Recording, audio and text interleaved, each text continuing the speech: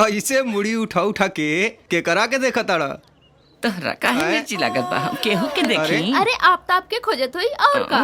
ओए होए, तोरा यही अदा पे तो कॉलेज के आधा लड़का दीवाना भइल बाने। का राजू, अब ये भी शौक पाल लेला। अरे ना प्रीति, हम तो एकरा से मजाक करत रहनी है। हमरा दिल की रानी तो तू ही ना बाड़ू। ई देखो श्वेता और नेहा आ गई। चलो चलो चलो ना।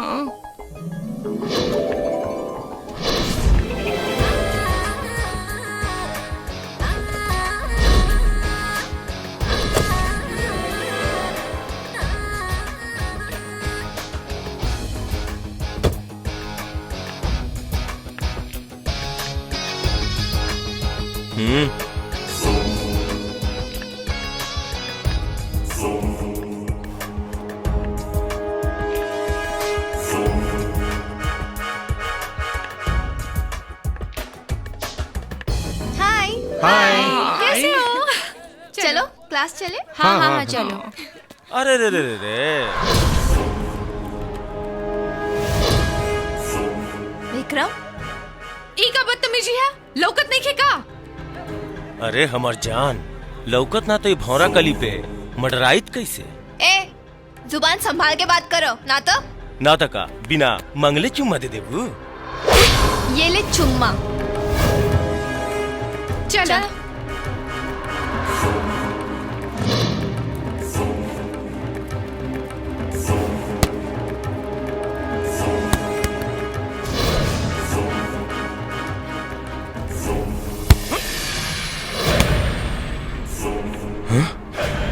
आफ्ताब,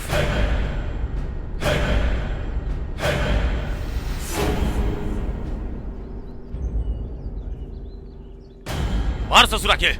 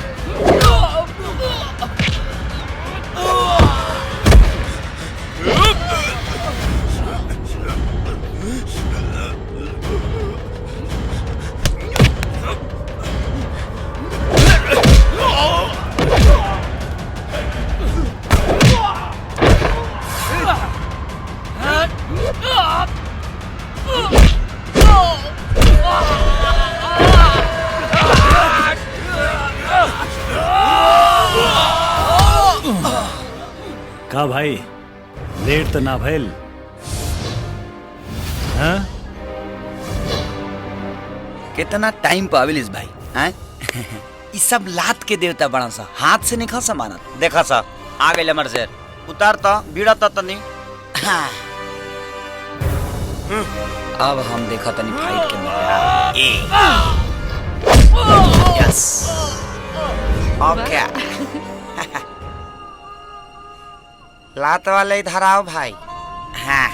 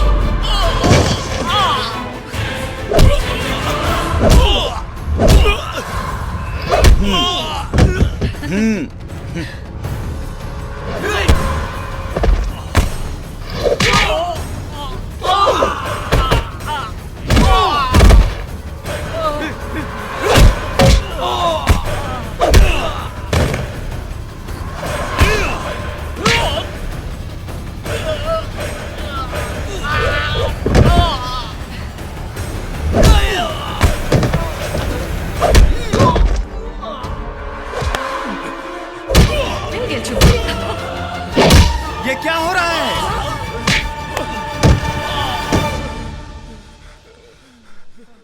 ये कॉलेज है या लड़ाई का मैदान?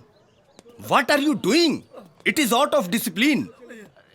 Understand? चलो सब लोग, चलो अपने अपने क्लास में। चलो चलो चलो जाए। तो ठीक है। अरे रे थैंक यू तो बोला नहीं। Excuse me. Thank you. You welcome. Thank you. Welcome. चल। अरे hi I am Shweta. Hi I am Neha. Vijay.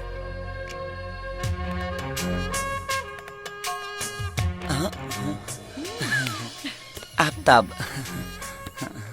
Thank you.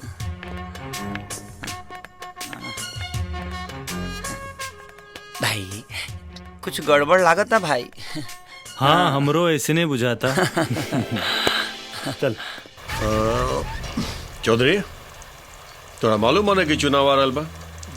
देख, कौनो भी हालत में 5 साल खातिर ही विधायकी के कुर्सी हमरा फिर से चाहिए।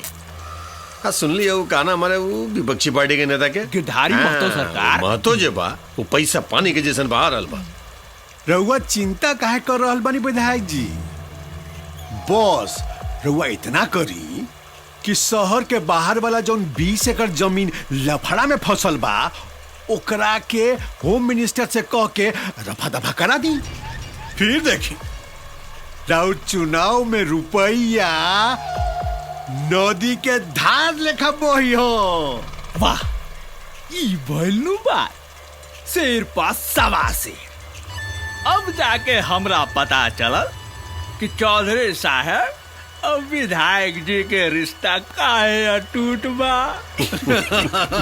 बहुत बड़ गया बिजनेसमैन बड़ा हो तू। ठीक बा, चलो तोर काम हो जाए। अरे रे रे रे हमर बेटी बेटी हमर छोट मोट खिलौना कैसन रहल कॉलेज? बाबूजी आज तो कॉलेज में गजब हो गई। एगो लड़का हमरा के और नेहा के छेड़े के कोशिश कैलस। तब तक हमरा ही क्लास के दुगो लड़का हीरो जैसन एंट्री मार के ओकरा के ऐसन धोलन के पूछी मत। अगर प्रोफेसर साहब ना रहती तो आज तो ऊपर ही जाए वाला रहे। अच्छा? हाँ और ना तो का। अच्छा तो एक काम करे बेटा, कल जब कॉलेज जाइए ना तो हमरा तरफ से उस सबके बहुत बहुत धन्यवाद दिया। जी बाबूजी। है ना? अच्छा अब जाके कपड़ा उपड़ा चेंज करा और कुछ खा पी लिया हमार बेटी। जा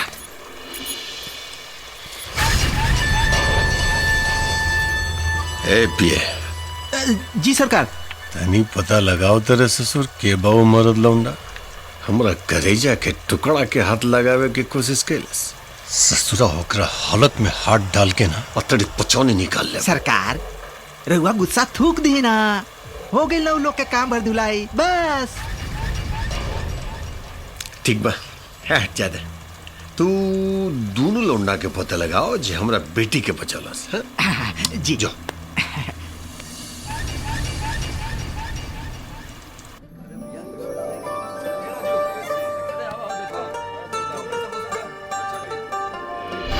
हाय आई एम श्वेता।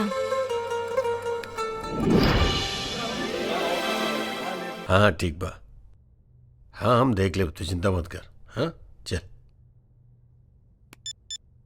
अरे बटूक जी ओ का नाम रहोले का के? आफ्ताब। हाँ आफ्ताब आफ्ताब ओकरा बुलौले कि ना? जी बुलौले बानी, अवते होई। बाकी सर एगो बात हमरा समझ में ना आइल। का? सर बिटिया के मदद तो आफ्ताब और विजय दोनों मिलके कैले रहले ना, तो आप खाली आफ्ताब के काहे बोलौली? अब इतने तेरा समझ में आ जाए तई विधायकी की कुर्सी पे तू ही ना बैठते।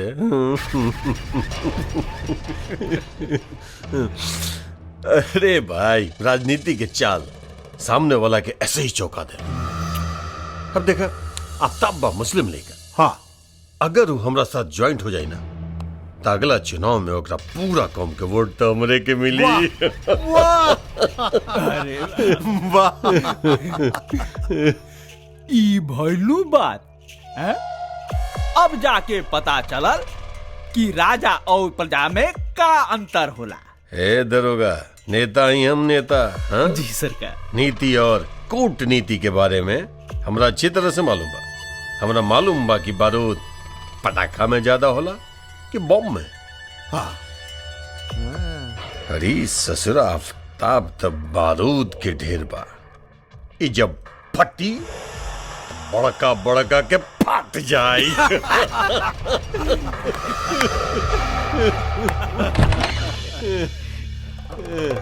सर आफ्ताब आ गई। हाँ आफ्ताब। आओ बेटा। आइए। हाँ नमस्कार नमस्कार, आओ बेटा। हाँ आफ्ताब, हाँ बोला काले बा ठंडा गरम कुछ? जी ना, सब ठीक बा, कुछ ना चाहिए। बड़ा बहादुर लेके बड़ा तू। काल सुननी की हमर बिटिया के बचावे खातिर कॉलेज में बड़ा उठा पटक कैला। जी हमको समझ नहीं ना। श्वेता हमरे बिटिया बाड़ी, हमरा वो बतौलस तोरा बारे में तो हम सोचनी की बुला के एक बार मिल लिया जाओ। हाँ अब तोरा जैसन लड़का पे खास तौर पे हमर निगाह रहेला, एक मन में इतना अच्छा विचार होके। जी धन्यवाद। आफ्ताब अगर हमर माना तो तू हमर पार्टी ज्वाइन कर ला। अब भाई देखा थोड़े जैसे नौजवान के तो पूरा देश को जला। जी पहले पढ़ाई तो पूरा कर ली, ओकरा बाद में सोचब। हाँ बिल्कुल सही बात। ई भइलू बात एकदम ठीक। विधायक जी पहले पढ़ाई फिर कमाई, तबे नु देश आगे जाई। सलाम।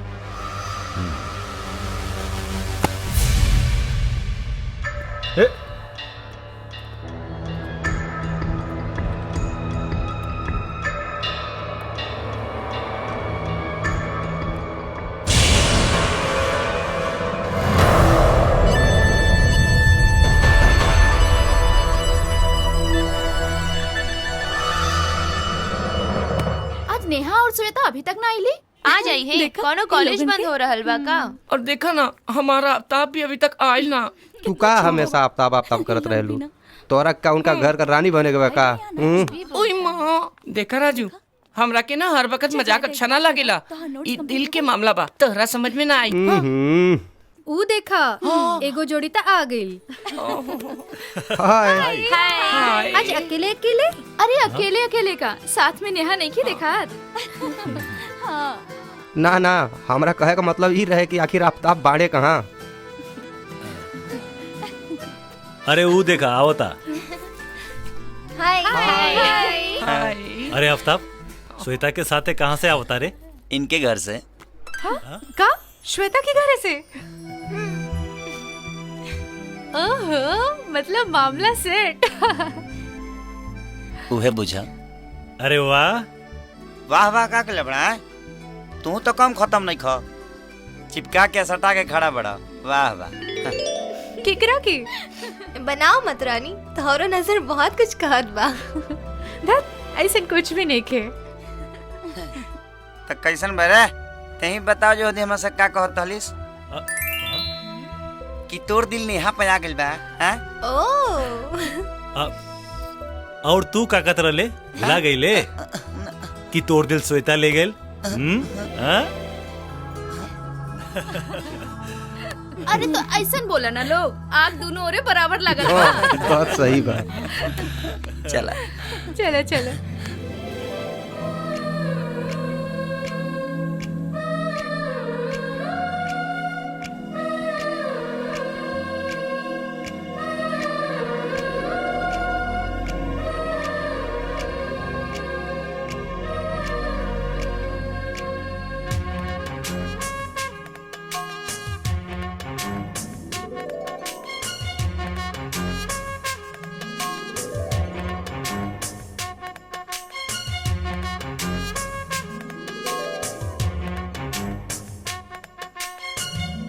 तब देख हम कहता नहीं ई नेता लोग के साथ काम मत करा।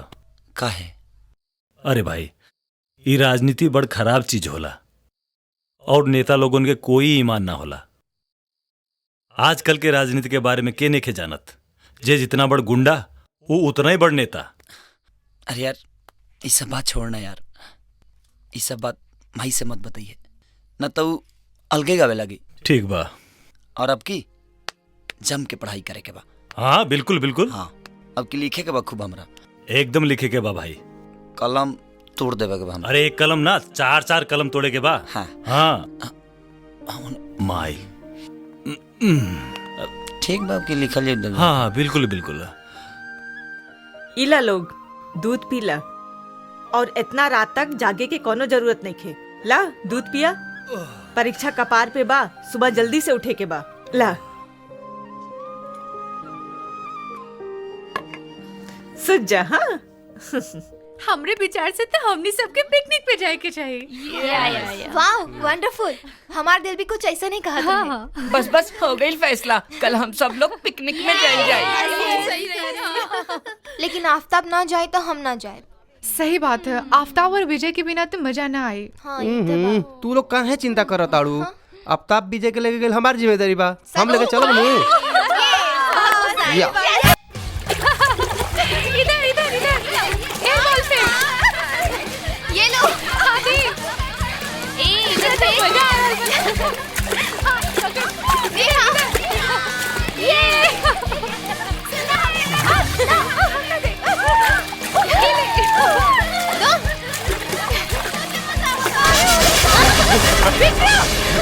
अरे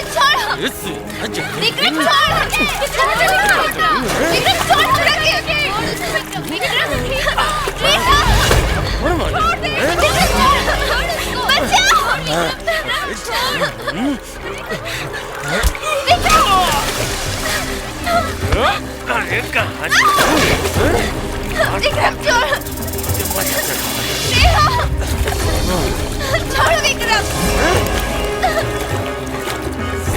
विक्रम छोड़ हमरा के। छोड़ दे छोड़ दे छोड़ दे।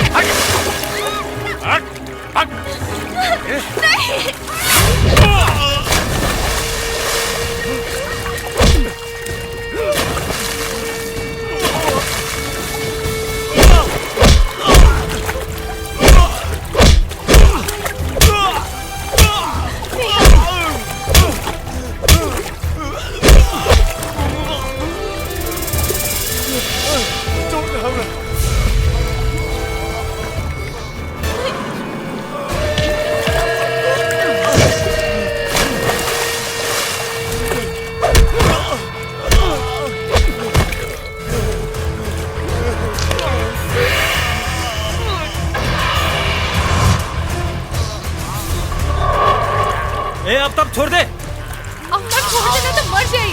हाँ आफ्ताब छोड़ देना तो सचमुच मर जाई।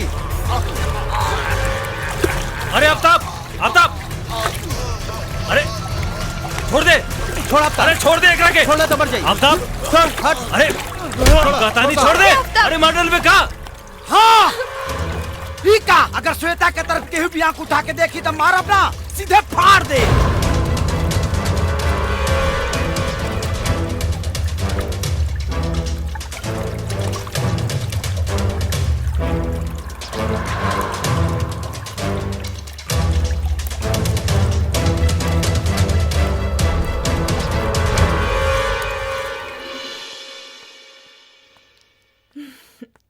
ई देखा इतना दिन चढ़ गईल, अब ले नींद ना खुलले नहन के। आफ्ताब आफ्ताब विजय विजय बेटा सूता था। आफ्ताब उठ।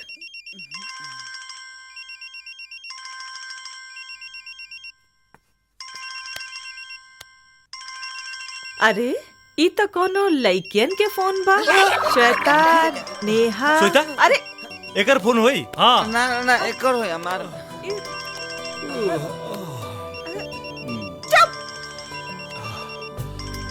चुपचाप उठ के चाय पी ला लोग और नहा धो के तैयार हो जा। परीक्षा खत्म हो गई तो एकर मतलब ई ना कि आवारागर्दी शुरू कर दे लोग।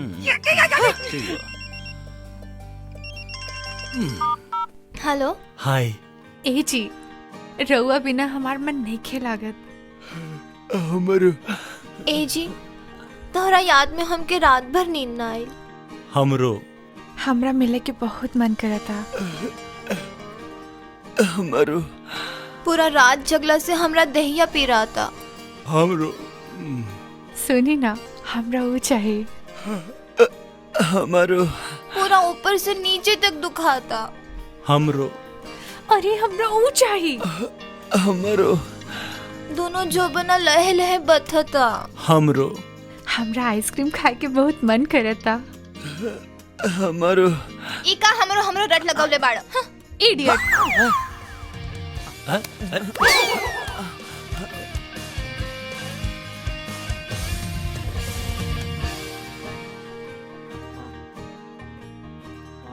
का कहले रे हमरे वाली से? अत्ते का कहली है हमरा वाली से। हम तो खोल देहनी तोर सारा पोल। हमहू खोल देनी है तोरा वाली से। तोर पोल। केकर पोल? तोर पोल। हमू खोल देनी तोर वाली से पोल।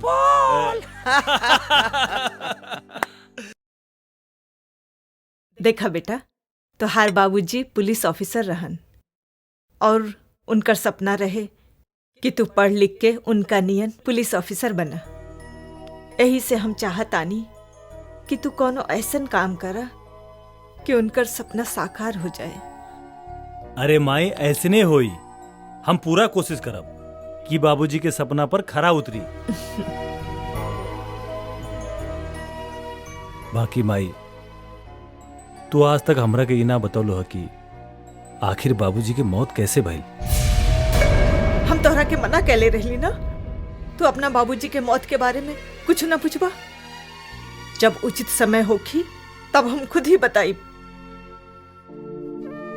ठीक बा माई, गलती हो गई, माफ कर दा, अब से ना पूछब। बाकी माई आफ्ताब के बारे में तोरा से एगो बात पूछे के रहे। का बात बेटा, बोला। वो आफ्ताब नेता भानु प्रताप से मिलल रहे और ओकरा साथे काम करे के कहत रहे। का? ना, ऐसा ना हो सकेला। हमारा आफ्ताब ऐसा कोनो काम ना करी। वो कोनो नेता वेता के साथ काम ना करी।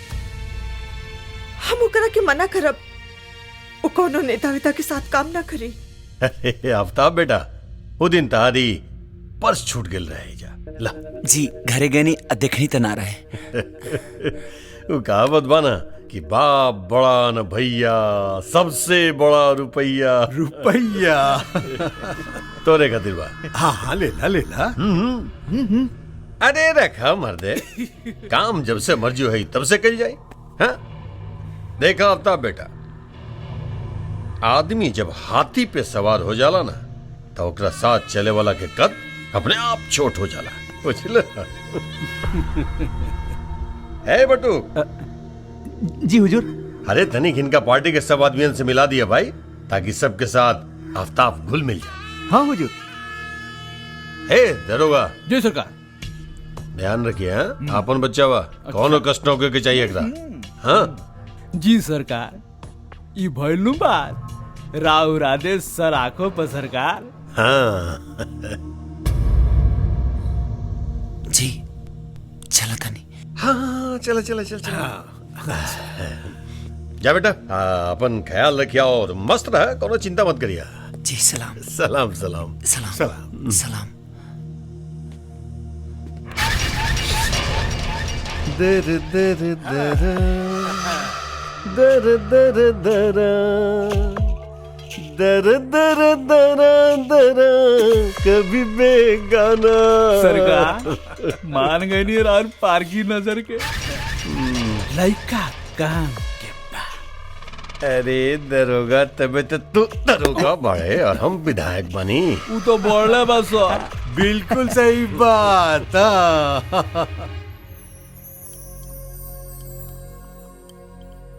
अगर तोरा माई के हम पसंद ना आई नहीं तो तारों के छोड़ेंगे परी। का? बात तो सुना, अपने माही के नाराज करके कौनो काम नहीं की कर सकत, और यो सच बा कि तोहरा के भी नाराज नहीं की देख सकत। सच में? हम तोहरा खाते अपने माई के गोड़ पर नाक तब तक रगड़ब जब तक ले तो के स्वीकार न कर लिए। मतलब हम तोरा सच में पसंद बानी? हाँ I love you. I love you too. वापस कर दे जाके ये पैसा, और खबरदार कोनो नेता वेता के साथ काम करे की कोशिश कैला तो। लेकिन माई हमरा समझ में नहीं आवत कि आखिर में बुराई का बा। बुराई और अच्छाई के तर्क हमरा साथे करे की जरूरत नहीं खे। एक बार कह देनी कि नेता के संगे काम नहीं खे करे के तो बस नहीं खे करे के। ठीक बा माई, अगर तोरा पसंद नहीं है ना तो हम ओकर पैसा लौटा दे। और एक बात के ख्याल रखिया, जौना दिन हमरा के पता चलल कि तू हमरा से छुपा के कोनो ऐसन वैसन काम करत तारा, ओ दिन से हमार तोहर रिश्ता खत्म। ऐसे मत बोलो, हम ऐसा कौनो काम ना करब जौना से तोहरा और विजय के दिल के ठेस पहुंचे।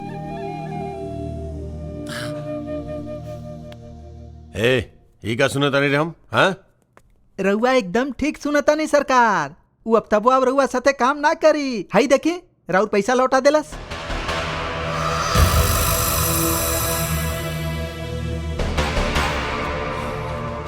हमारा साथ काम ना करी ठीक कैसे हो सकेला? काम तो ओकरा करी के पड़ी, वरना बहुत महंगा पड़ जाएगी। काम करे खातिर ढेर सारा लड़का मिल जाई हमसे। रहुआ तक खाम खा परेशान होत बनी विधायक जी। ढेर सारा लड़का ना, खाली आफ्ताब चाहिए हमरा। आफ्ताब ओकरा शायद मालूम नहीं कि हमरा नजर में जे एक बार बस जाला वो हमार हो जाला, और फिर ओकरा हमरा इशारा पे ही नाचे के पड़ी। काम तो करी के पड़ी ओकरा। अच्छा विजय, तू जौन पुलिस की नौकरी की खातिर इंटरव्यू देले रहला, ओकर का भइल? आजकल में ही लेटर आवे वाला बा, देखा का होता। भगवान करे जल्दी से फाइनल हो जाए। काहे? अब अकेले नहीं खे रहल जात का? धत, तोरे तो हर वक्त मजाक सूझेला।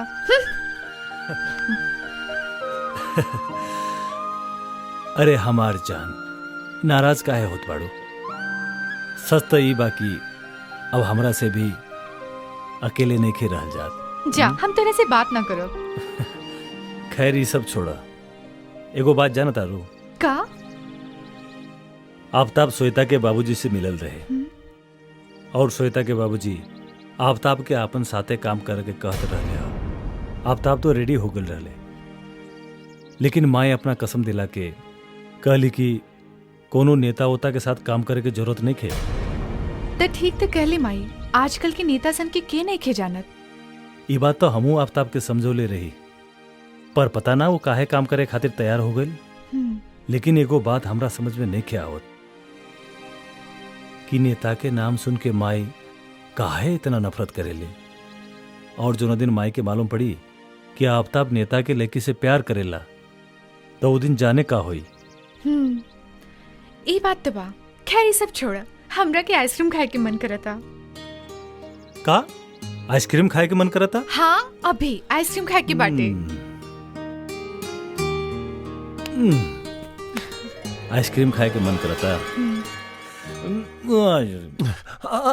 आफ्ताब बेटा, अरे भैया मी का सुन रल बानी कि तू हमरा साथ काम नहीं के करे के चाहत। हाँ ठीक बा ठीक बा, अरे ठीक बा भैया, काम नहीं के करे के चाहते ही में कोनो जबरदस्ती थोड़े बा, लेकिन अब एक दूसरा से मिलना जुलना छोड़ल ये ठीक नहीं के बेटा। देखी मिले में कौनो दिक्कत नहीं है, बात ऐसन बा कि हम अपने माई के खिलाफ कौनो काम नहीं कर सकत। माई? हाँ बेटा, अपन माई के इच्छा के पूरा कैल ही ता असल बेटा के फर्ज होला। अच्छा बा अच्छा बा अच्छा बा। साहब राव लेटर। काम करे बेटा, कल हमनी के एक पार्टी बा, आजा तू मिले जुले खातिर। जी ठीक बा, हम जरूर आ जाब। जी प्रणाम। एजा साइन कर दी।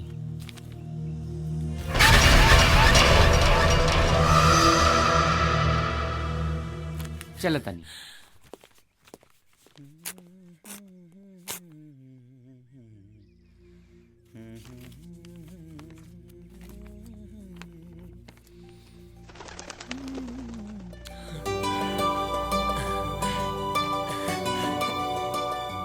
माई माई हाँ बेटा का बात बा? माई अरे बतावा ना का भइल? माई का हमनी के विजय इंस्पेक्टर बन गई। इंस्पेक्टर बन गई विजय? ये देख देख माई, हमनी के विजय अब इंस्पेक्टर बन गए। हाँ विजय का बात है भाई, बहुत खुश दिख रहा बड़ा लोग। ला खुदे देख ला।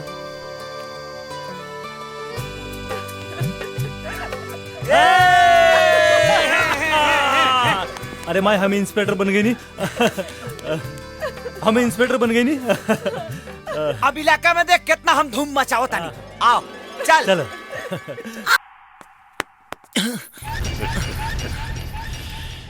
ठीक रहली ना, मजा आयल? हाँ? और बेटा का सोचला हमारा साथ काम करे के बारे में? जी हम अपने माई के खुशी खाती कुछ भी कर सकत नहीं, ओकरा खिलाफ नहीं की जा सकत। और हमारे माई के आदेश बा कि हम रोल इनके साथ ही काम ना करी। अरे रुका रुका, ऐसे किसे बेटा, हमारा पास आइल बड़ा। अरे नाच गान तो हो गई, अब तने कुछ खान पान भी हो जाए। हाँ जी ना, हवा हवा शर्मा मत हवा।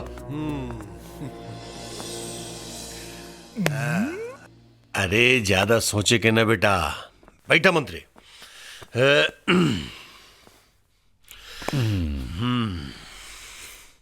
हाँ अच्छा बेटा ये बतावा कि तू विधायक जी के साथ काम करे से काहे मना कर देला?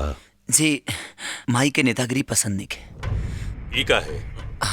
पता ना काहे, वो सब तो पता नहीं के हमके, लेकिन हम माई के इच्छा के खिलाफ कोनो काम नहीं कर सकत। ओ अच्छा अच्छा, एकर मतलब कि तू अपना माई से बहुत प्यार करेला। जी पर हमनी के तो सुनले रही कि तोहार अपन माई ना हई। जी मतलब चाहे कुछ भी होके, लेकिन हमरा खातिर हमरी अपने माई से भी बढ़ के बड़ी। मतलब कि तू उ माई खातिर कुछ भी कर सकेला? जी जान ले भी सकीले और दे भी सकीले। अरे क्या बात है बेटा, वाह। एक माई के बारे में इतना अच्छा विचार बेटा के मन में, खुशी फैल हमरा। लेकिन का है ना बेटा कि हम तारा एक ठे वीडियो दिखावे के चाहते हैं। तारा खातिर देखल बहुत जरूरी बा। ओकरा बाद तो खुद ही डिसीजन लिया कि हमरा साथ काम करबा कि ना करबा। पहले ला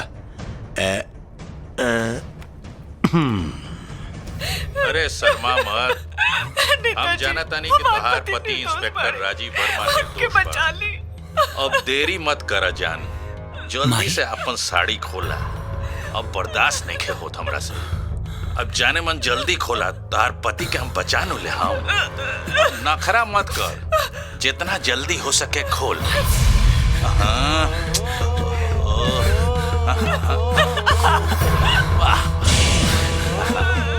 आगे आगे माई फिर नखरा करे लगलू।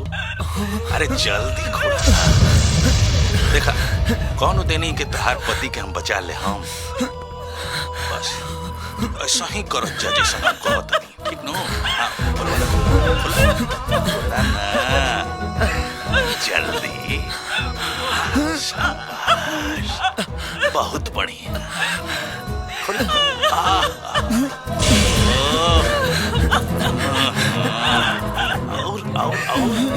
नीचे वाला। अरे बेटा बैठा बैठा, एकरा तोड़ला से का होई, बहुत सीढ़ी में हमरा लगे। हाँ? आराम से कहो मंत्री। और जाना तड़ा है मैं आवाज के करबा, वो आवाज हमार ह। मंत्री शांत हो जा आफ्ताब, शांत हो जा। अगर तू चाहताड़ा कि सीडी के किस्सा हमनिए के 3 आदमी भिरी रहो, तो जौन हमनी के कहतनी उहे तू कर, ना तो कल पूरा बाजार में एकर कॉपी फैल जाई और फिर पूरा दुनिया देखी सीडी के। आगे तू खुद समझदार बड़ा, तू का करल चाहबा। और हाँ बेटा, ये तेवर जौन बा तोहार जे हमनी के लगे दिखौला, ये तनिक हमनी के साथ काम करे में दिखौता ना, तो तारो भी फायदा हो और हमरो फायदा हो जाए। आराम से ठंडा दिमाग से जाके घरे सोच के ओकरा बाद आके जवाब दिया। जा बेटा आराम से सोचिए। जा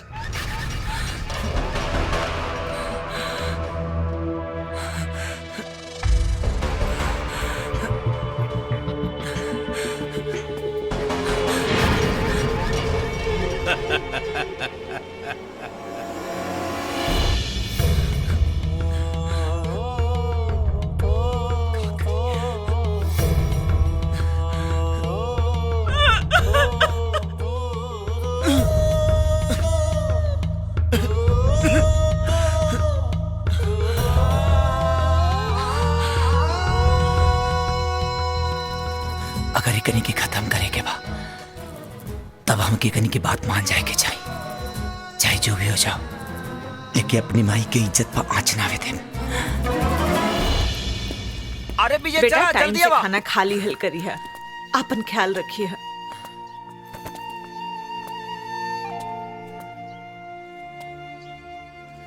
माई बचपन से लेके आज तक हम तो दोनों के साथ ही रहनी है, कभी हम अलग ना रहनी है। और आज अचानक ना जाने क्यों बिल्कुल निक नहीं खिलागत। बेटा तू दूर कहाँ जान पाड़ा, तू तो अपने बाबूजी के सपना पूरा करे जान पाड़ा। आफ्ताब के और हमार चिंता ना कर, दिल छोटा ना करा बेटा, उदास मत होगा। और बेटा अपन ख्याल रखिए, समय से खाना खा लिया। हाँ माई हम अपन ख्याल रखब, बाकी तू। अरे बाकी तू छोड़ा, बाकी तो माई के ख्याल रखेगा ती हम मानी ना। हाँ तू यह तो देखिए हम माई के कितना ऐश्वर्य में रखब। हाँ माई आफ्ताब के ख्याल रखिए। अरे यार अरे तू लोग तो ऐसे रोता रहा जैसे लागत था कि तू बेटी विदा करता है। चला विजय आवा। प्रणाम माई। खुश रह, अपन ख्याल रखिए। हाँ माई तू ख्याल रखिए।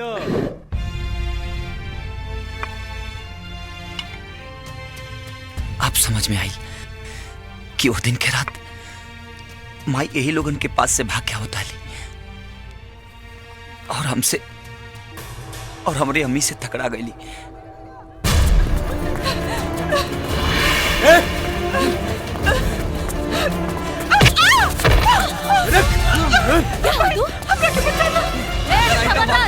आगे मत बढ़िए, नहीं तो मार दे। आगे मत बढ़िए, हट जा, नहीं तो मार दे। हट जा।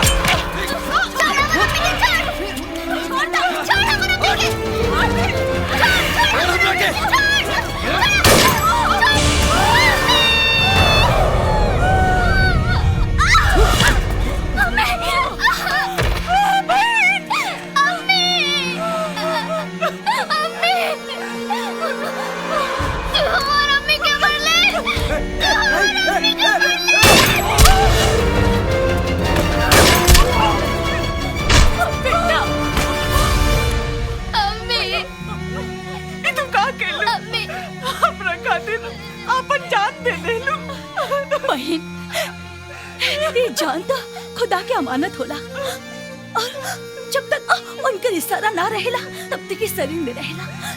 जहाँ उनका इशारा होला इस शरीर छोड़ के रुखसत हो जाला। बहन लेकिन लेकिन के टाइम नहीं के बहन। हमार बेटा आफ्ताब के रहुए सब कुछ बानी। हमार बेटा के सब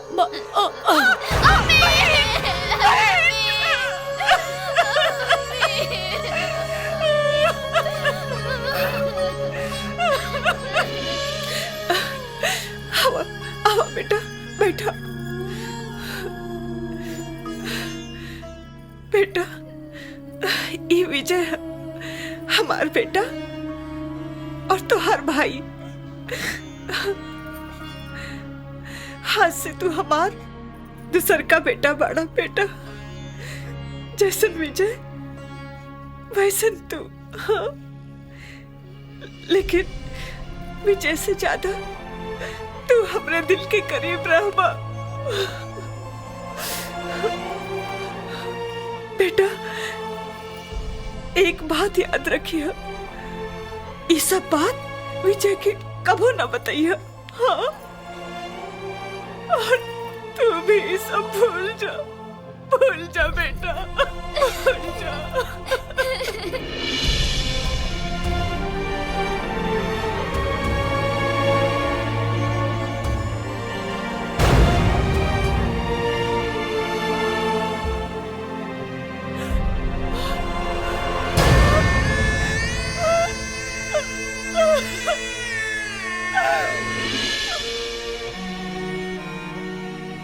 अगर शिकार करे के बा त जंगल में समाही के परी।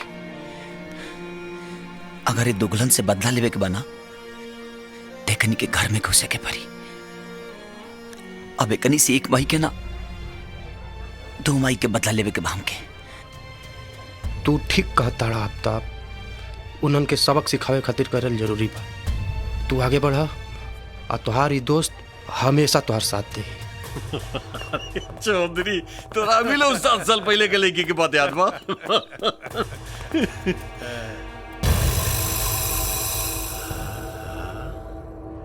आफ्ताब माई के लाल कैसे कैसे? अच्छा छोड़ो, जैसे जैसे भी हिला। बैठा बैठा बैठा बैठा बैठा। विधायक जी हम यहाँ बैठे खाते नहीं आई। कुछ बोले के चाहता है? बोला ना। हमरा लोगन के संगे काम करे खातिर तैयार बानी। तू हमरा साथ काम चौधरी जी हमरा साथ काम करी। लेकिन हमारी को शर्त बा। बोलो शर्त कहा। हमरी माई और हमरे भाई के पता ना चले की चाहिए कि हम लोगन के संगे काम करता नहीं। ही बात बा। हाँ तई में फिकर करके का बात बा भाई, पता ना चले केकरो कानो कान खबर ना होई। हाँ चौधरी जी। जी विधायक जी। एक काम करा जी। काल से आफ्ताब तहरा कंपनी में काम करके हमरा काम के अंजाम दी, बुझला? जी जी हम कुछ समझनी ना। अरे मैं समझे बुझे के क्या बात है यार। ही तरह साथ काम करी थे लोग के थोड़े पता चले कि हमारा आदमी है, बुझला? काल से तरह कंस्ट्रक्शन कंपनी में काम करी। हाँ जी जी बिल्कुल समझ गई नहीं, बिल्कुल समझ गई नहीं विधायक जी। हाँ तो आफ्ताब बेटा हमार पिए जे बटुक बा ओकरा से कल मिल लिया। वो तरह सब चीज समझा दी, कब का कैसे कैसे करे के बा, है ना? जी ठीक बा, चला तानी। सलाम सलाम सलाम सलाम। चौधरी वो बात मालूम बा ना कि वो रेगिस्तान के वो जो जहाज होला ऊंट, वो भी जब ऊंचा पहाड़ के नीचे आवेला ना तो करकत भी एकदम भेड़ बकरी जैसन हो जाला जैसन। विधायक जी जूता गोड़ में आ कुत्ता जोन बा उ गोड़ के आसपास ही शोभा देवेला।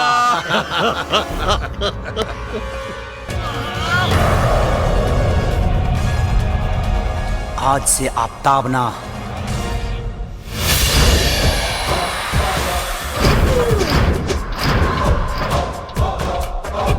अब्बू।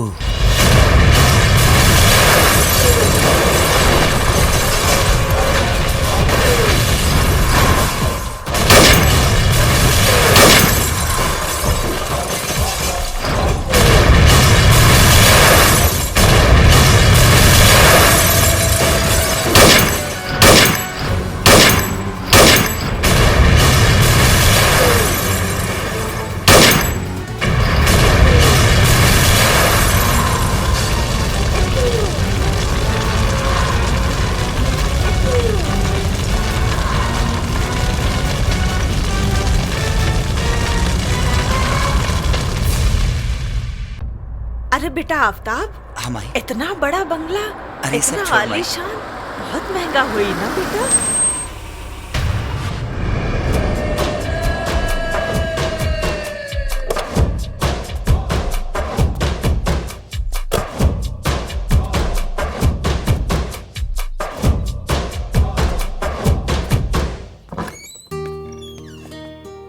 सलाम साहब। सलाम मालकिन।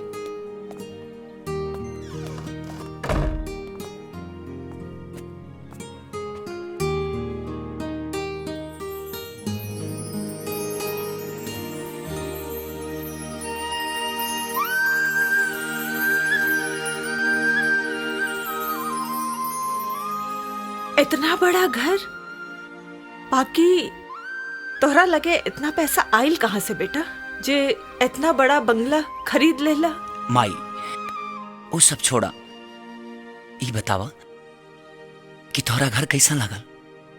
घर तो बहुत अच्छा बा, बाकी बेटा बाकी हो के कुछ ना। चलाओ बैठ, चला। देखा हमार मालिक हमारा काम से खुश होके ई घर हमके इनाम में देले बड़े। और हाँ, तो के अपना बेटा पर भरोसा नहीं के? हाँ चला बैठा। बेटा हमरा के भरोसा बा, बाकी यही उम्र में तो गलत रास्ता पे कदम जाला, यही से पूछली हूँ कौनो गलत सलत काम तो नहीं खे करत बाड़ा ना? माई हम कौनो ऐसा काम ना करब जमना से तुहार सर झुक जाए। हाँ मालिक। हाँ बाहर एगो पुलिस वाला आइल बा। हाँ पूछा था आफ्ताब के नयका घर ये है का? पुलिस? बाकी पुलिस का है? ठीक बा, भेज दो। जी साहब। अरे माई विजय। और भाई वाह, खुश रहा बेटा। अरे यार तू तो हमारे के डरवाइए दिला एकदम से। काहे कौनो मर्डर कैले बड़े का? अरे ना यार, ऐसा कौनो बात नहीं है ना। घर में पुलिस वाला देख के ता केहू भी डेरा जाला। अच्छा ये बता, ये सब हुलिया माई? हाँ अरे विजय बात ऐसा बना, बिल्डर लाइन में ये सब हुलिया बनावे के पड़ेला, कंपटीशन के जमाना बा, बुझाइल। और माई देखा अपन विजय वर्दी में कितना खूबसूरत लागता। हाँ बेटा, आज तो हर बाबूजी रहतन तब फूला ना समझतन तारा के देख के। माई एक तब विजय कितना दिन बाद घर आइल बा और तू ओकर स्वागत आंसू से करत तारू। हाँ अरे पगला, ये खुशी के आंसू बा जौन आशीर्वाद बन के हमरा आंख से बह रहल बा। चला विजय आओ तो। हाँ बेटा।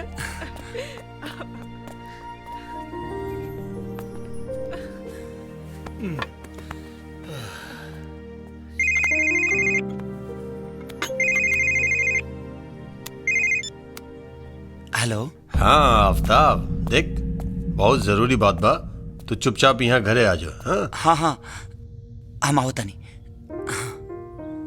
अरे केकर फोन रहे? अरे विजय हमरे मालिक के फोन रहा, कुछ जरूरी काम आ गइल बा, यही से मिले खातिर बुलाओ तारे। हम चला तनी, फिर बातचीत हुई बाद में। अरे आफ्ताब लागता बहुत व्यस्त रहत बड़े, इतना बड़ घर गाड़ी। अरे कौनो लॉटरी के टिकट लागल रहे का?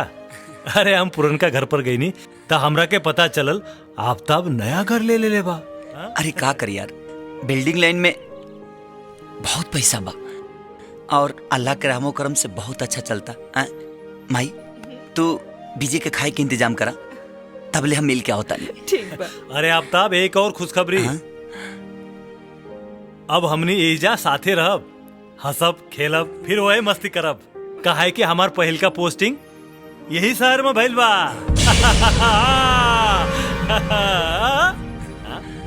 हाँ भइल। अरे हाथे भाई। हाँ हाँ अच्छा अच्छा माई। हाँ बेटा। विजय के खाना वाना खियावो, तब तक ले हम मिल के होता नहीं। ठीक बा बेटा।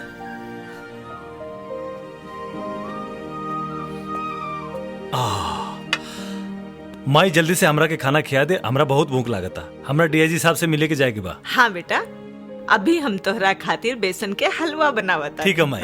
तोहार मन पसंद।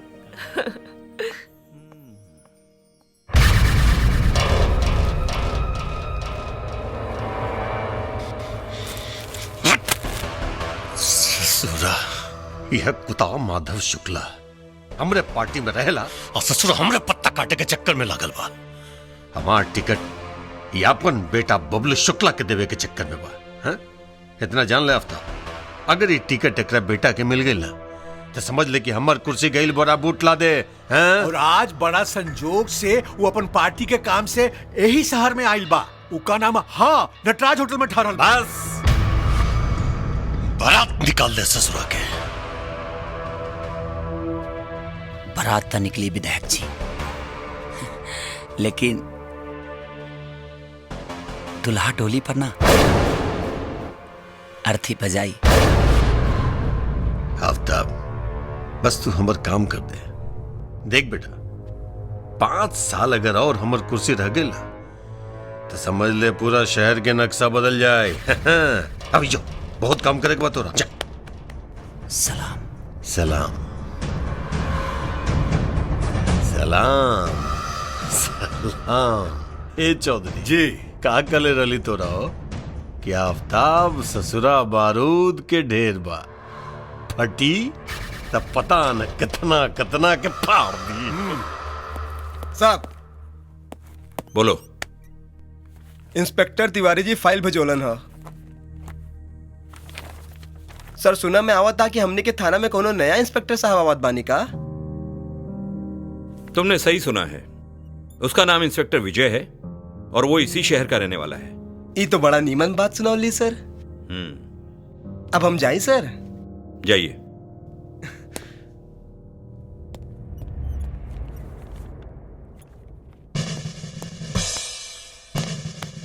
Good morning sir, I am inspector Vijay. Good morning and welcome. Inspector, इस शहर को तुम्हारे जैसे काबिल ऑफिसर की बहुत जरूरत है। थैंक यू सर। मुझे भी बहुत खुशी हुई है सर कि मेरी खुद की पहली पोस्टिंग अपने ही शहर में हुई है। देखा, तैयारी में कोनो कमी ना होके के चाहिए। जी नेता जी। बार टिकट हमरे बेटा के ही मिली। हाँ समझला ना? जी जी। तू लोग जी जान से चुनाव की तैयारी में लग जा। जी समझला ना? जी नेता। हाँ, कोनो कमी ना होके के चाहिए।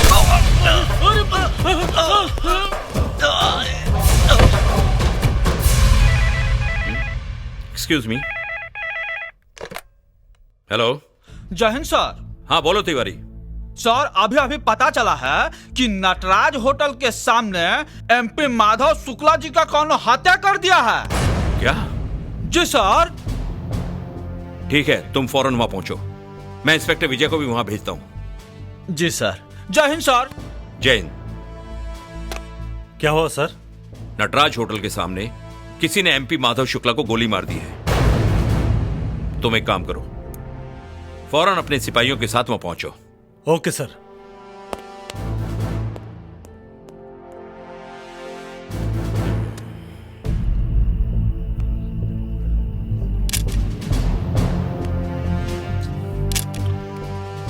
रामलाल जी सर। नेताजी तो निकल गई ले।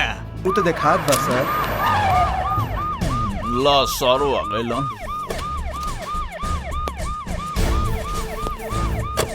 जय हिंद सर। जय हिंद सर। जय हिंद सर।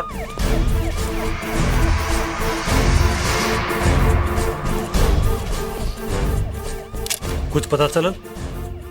ना सर। सरेआम केहू गोली मार के चल दियलस और केहू के पता ना चलल। हाँ? हम बताओ तनी साहब। तू के हवा? हम नेताजी के साथे रहली। अच्छा तो का देखला? एक नकाबपोश आदमी आयल और गोली मार के चल गई। कितना लोग रहे? हाँ साहब वो अकेले रहल।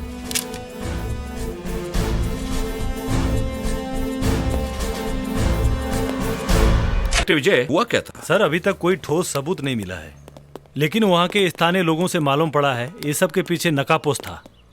इसका मतलब है कि इस वारदात को भी अंजाम अब्बू ने दिया है। जी सर। एक्सक्यूज मी सर, वन क्वेश्चन। क्या शहर में खून खराबा इसी तरीके से होता रहेगा? ऐसा कुछ भी नहीं है। कुछ लोग इसके पीछे हैं और हम ये वादा करते हैं कि उनकी मंशा को कभी पूरा नहीं होने देंगे।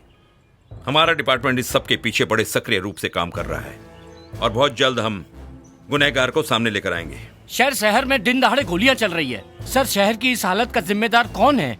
पुलिस आखिर कर क्या रही है बताएंगे आप लोग हाथ पर हाथ धरे बैठे हैं और गुंडे मनमानी कर रहे हैं। मैं आपके माध्यम से इस शहर की जनता को यह विश्वास दिलाना चाहता हूँ कि पुलिस डिपार्टमेंट के रहते हुए वो असुरक्षित बिल्कुल महसूस ना करे। लेकिन सर इसके पीछे किसका हाथ है? आखिर कौन है वो लोग जो ये सब आतंक फैला रहे हैं? चंद लोग हैं जो अपने स्वार्थ और बदले की भावना को अपना रंग देना चाहते हैं, लेकिन मैं आपसे वादा करता हूँ कि बहुत जल्द गुनहगार को आपके सामने लेकर आऊंगा। लेकिन सर नो मोर क्वेश्चंस प्लीज। आप लोग जा सकते हैं। Okay, thank you. Inspector Vijay. Yes sir. जो होगा देखा जाएगा। मैं ऊपर मिनिस्ट्री में बात करूंगा। I want crime free Bihar. तुमसे जो हो सके करो, हो सके तो सारे गुंडों को अंदर कर डालो, अगर जरूरत पड़े एनकाउंटर कर डालो। ओके सर।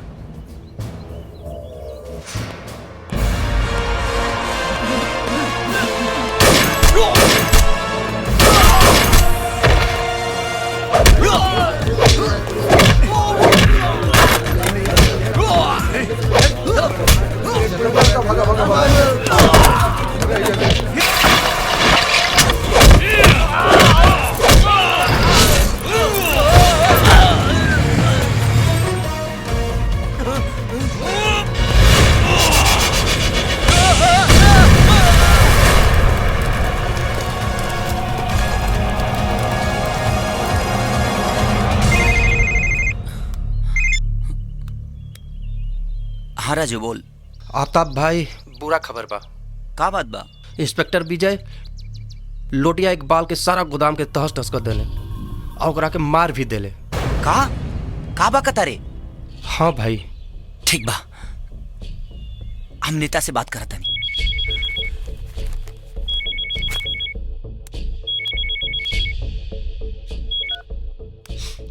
हाँ बोल आफ्ताब। विधायक जी ई का होता सब? का हो रहा मतलब? हम विजय के बारे में बात करत हनी। विजय मतलब तोहर अपन भाई विजय? हाँ। कुछ बोलस का हो? हम ओकरा कहला के बारे में ना, कैला के बारे में बात करत हनी। पूरा शहर में तूफान मचौले बा और आज तो वो हाथे का देहलस। हमार खास आदमी लोटिया इकबाल के मौत के घाट उतार देहलस। तो ये बात बा? हाँ? विधायक जी होम मिनिस्टर साहब से कह के इस शहर से कोनो और शहर में ओकर ट्रांसफर काहे नहीं करवा दे। अरे बेटा बाहर के ट्रांसफर का तो बोल तो सीधा ऊपरे ट्रांसफर करा दी का। विधायक अपनी आवाज के अपने हलक में दबा के रख। ऐसा ना होके कि तोरा आवाज के खींच के तोरा गला के फांसरी बना दे। हम तोहरा खातिर काम करेली, एकर मतलब ई ना भइल कि हम और विजय हमार भाई है। आइंदा अगर विजय के बारे में कुछ भी बोले की कोशिश कैले ना तो सोच ले तोर बूटी बूटी काट के कुत्तन के खिला दे। अजब कुत्ता की औलाद, हमरे कुत्ता और हमने पे भाव हो हैं? ऐसे टिकवा दवाई न ससुरा कि ऊपर के सांस ऊपर और नीचे के सांस नीचे अटक के रह जाए। दुगला ससुरा चुप।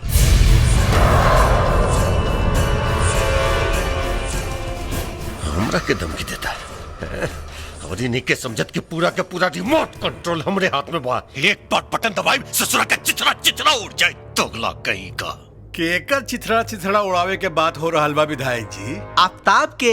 हाँ आफ्ताब के? हाँ उस सर के फोन पर शायद कुछ गलत बात कह देले बा। ऐसन का कह देले? औकात भुला गिल बा ससुरा। चेतावनी देता हमरा कि हमर जीवान खींच के गर्दन के फसरी बना दी। अरे बीच चौराहे में दोगला के पिछवाड़े में डंडा डाल के ना खड़ा कहनी ना तो भानु प्रताप नाम ना हमार। एकरे कहल जाला विधायक जी कि सांप के कितनो दूध पियावा लेकिन वो फुफकारे से बाज ना आई। अगर फल लेके ना कुचल दे हम। अब देखल जाए कि का हो या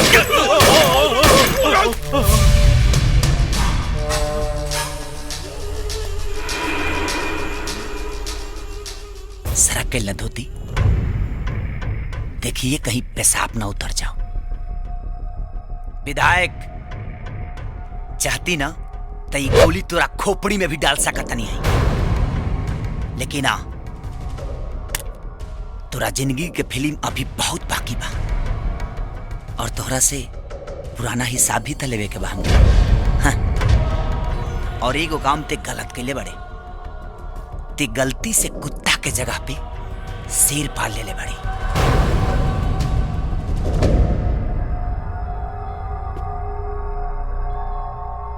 अर्जुन, जहिया ई शेर आदमखोर हो गई ना, त काटी ना, सीधे फाड़ दी।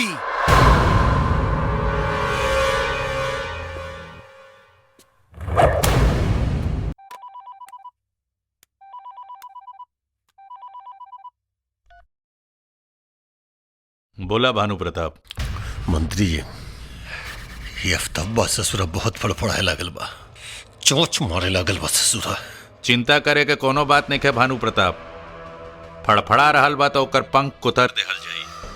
हम लौट के आ रहल बानी, तब तक अपना गुस्सा के कंट्रोल करा, बुझाइल? अरे मर्दे, कंट्रोल तो रखबे करब हम, लेकिन इस ससुरा के बारे में अगर कुछ ना सोचला ना तो ये आफ्ताब नाम के कांटा हमने के गर्दन में फंस जाए। हाँ? राजनीति के दांत बहुत मजबूत होला भानु प्रताप। कांटा कितनो भी नुकीला होखे, उ चबा के गटक जाला। हम आ रहल बानी तो बातचीत होई। जयराम जी की।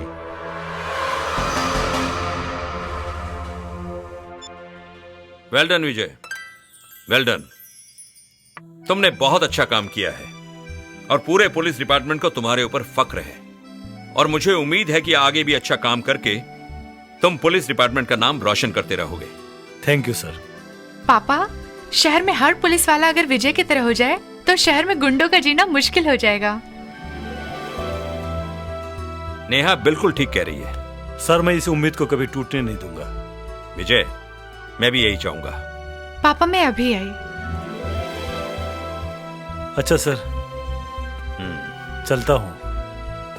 आई am proud of you Vijay. Thank you सर।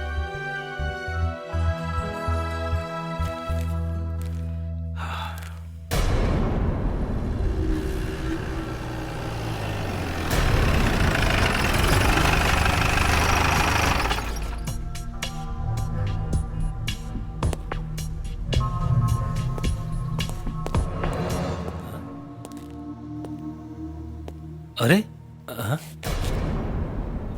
नेहा, नेहा, नेहा, नेहा, नेहा आंखें खोला। नेहा।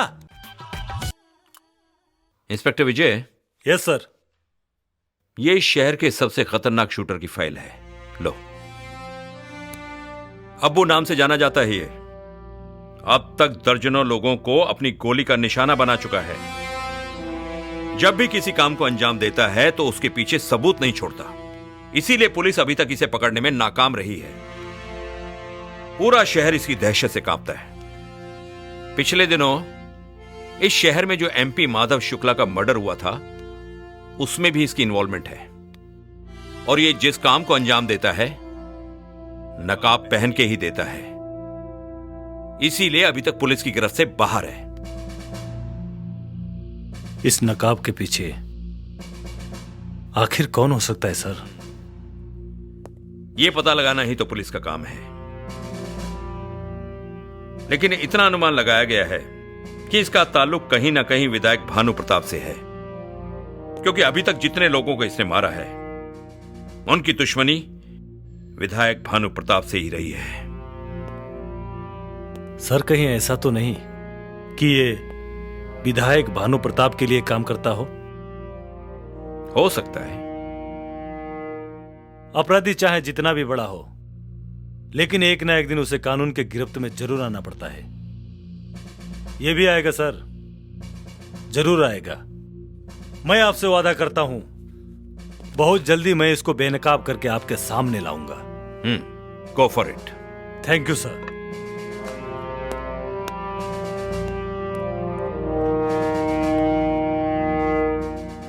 इंस्पेक्टर विजय, मुझे तुम पर पूरा भरोसा है। ला बेटा, बेटा तू ठीक था बड़ा ना? तहार ड्यूटी कैसन चलत बा? अरे माई ड्यूटी एकदम बढ़िया चला था। टीआईजी साहब हमरा के एगो फाइल सौंपले बड़े, कौनो अब्बू नाम के एगो खतरनाक अपराधी बा जे पूरा शहर के नाक में दम कर देले बा। बस ओकरे बारे में सोचत रही कि वो के हो सकेला। और हाँ माई, आश्चर्य की बात ई बा कि आज तक पुलिस रिकॉर्ड में ओकर असली चेहरा ही नहीं खे। काहे? काहे कि वो जितना भी मर्डर कैले बा नकाब लगा के कैले बा। वही से पुलिस रिकॉर्ड में जोन ओकर फोटो बा वो भी नकाब में बा।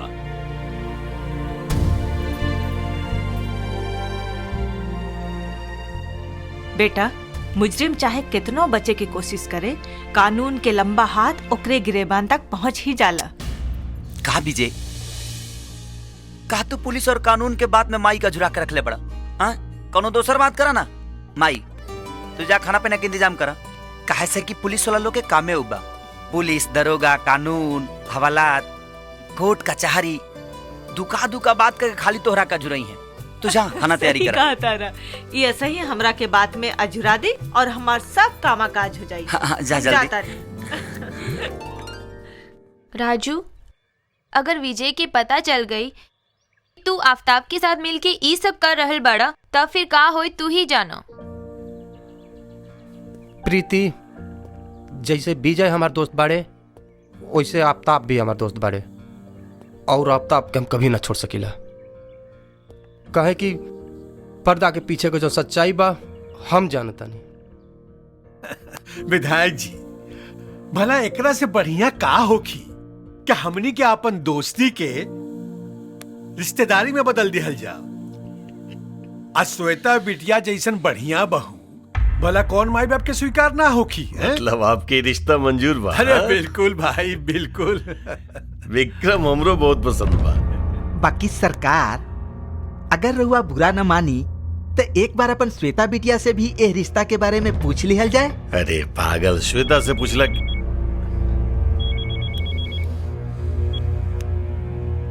हाँ बोल। गड़बड़ हो गया सर। जयाजी साहब आफ्ताब के फाइल विजय बाबू के हाथ में दे दिला बानी। रउआ तो जानते बानी विजय बाबू के आजकल के करना में कबो कुछ हो सकेला सर।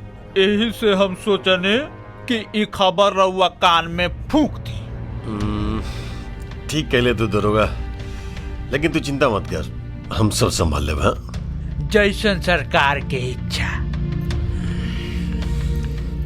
अरे बेटी, ला बेटी हमारा ही हो गई ना। अरे बेटा, अभी हम तारे चर्चा करत रहनी। हाँ, लाइन कैसे मिला? ये हुए विक्रम चौधरी जी के बेटा। अरे तारे कॉलेज में पढ़ले हुए हो। अच्छा से पहचानत बानी इनकरा के। अच्छा, ये तो और भी अच्छा बात बा कि तू लोग एक दूसरा के जाने ला। वो कहा ना बेटा कि तार बियाह हम विक्रम के संगे तय कैले बानी। का शादी और इनकरा से? अरे में इतना चौके के क्या बात है? देखा बेटा, एक न एक दिन तहर बेटी की शादी ब्याह करी के पड़ेला। हाँ? और वैसे भी तहार माई नहीं की था, ई जिम्मेदारी हमरा के लिए निभावे के पड़ेगी। कहो चौधरी। हाँ, कहे ना। बाबूजी, हम इनकरा से शादी ना कर सके। काहे से कि हम आफ्ताब से प्यार करीला। श्वेता, आफ्ताब हम रउआ के बतावे ही वाला रहे कि कुछ बतावे की जरूरत नहीं है। हम चौधरी साहब के जवान दे दिले बनी। तोहार ब्याह जब भी होई विक्रम से ही होई। आफ्ताब ससुरा औकात का बहु, आफ्ताब के जबान प्रताप के दमाद बनी ससुरा। आफ्ताब के औकात रउआ विक्रम के औकात से बहुत ज्यादा बा बाबूजी। काहे कि एक बार ना कई बार हमरा इज्जत पे हाथ डाले के कोशिश कैले रहे और हर बार आफ्ताब हमरा के बचौले रहे। इसे हम जब भी शादी करब आफ्ताब से ही करब।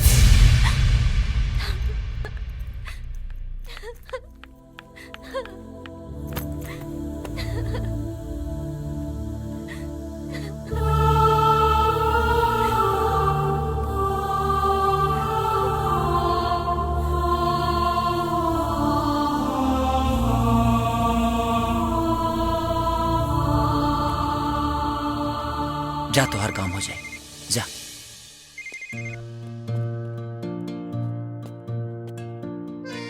हाँ श्वेता बोला। हम तोहरा से मिले के चाहता नहीं अभी। लेकिन तू इतने घबराइल काहे बाड़ू? हम मिलब तब बताए।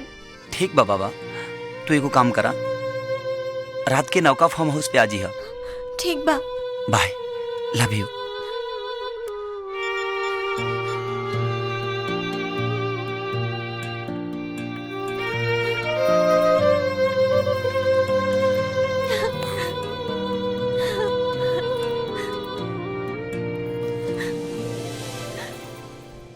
आफ्ताब, हमार बाबूजी हमारी शादी विक्रम के साथ कर रहल बाड़न। तू जल्दी कुछ कर, हम तोहरा बगैर ना जी पाए। हमनी के एक दूसरे के मिले से दुनिया के कौनो ताकत ना रोक सकेला।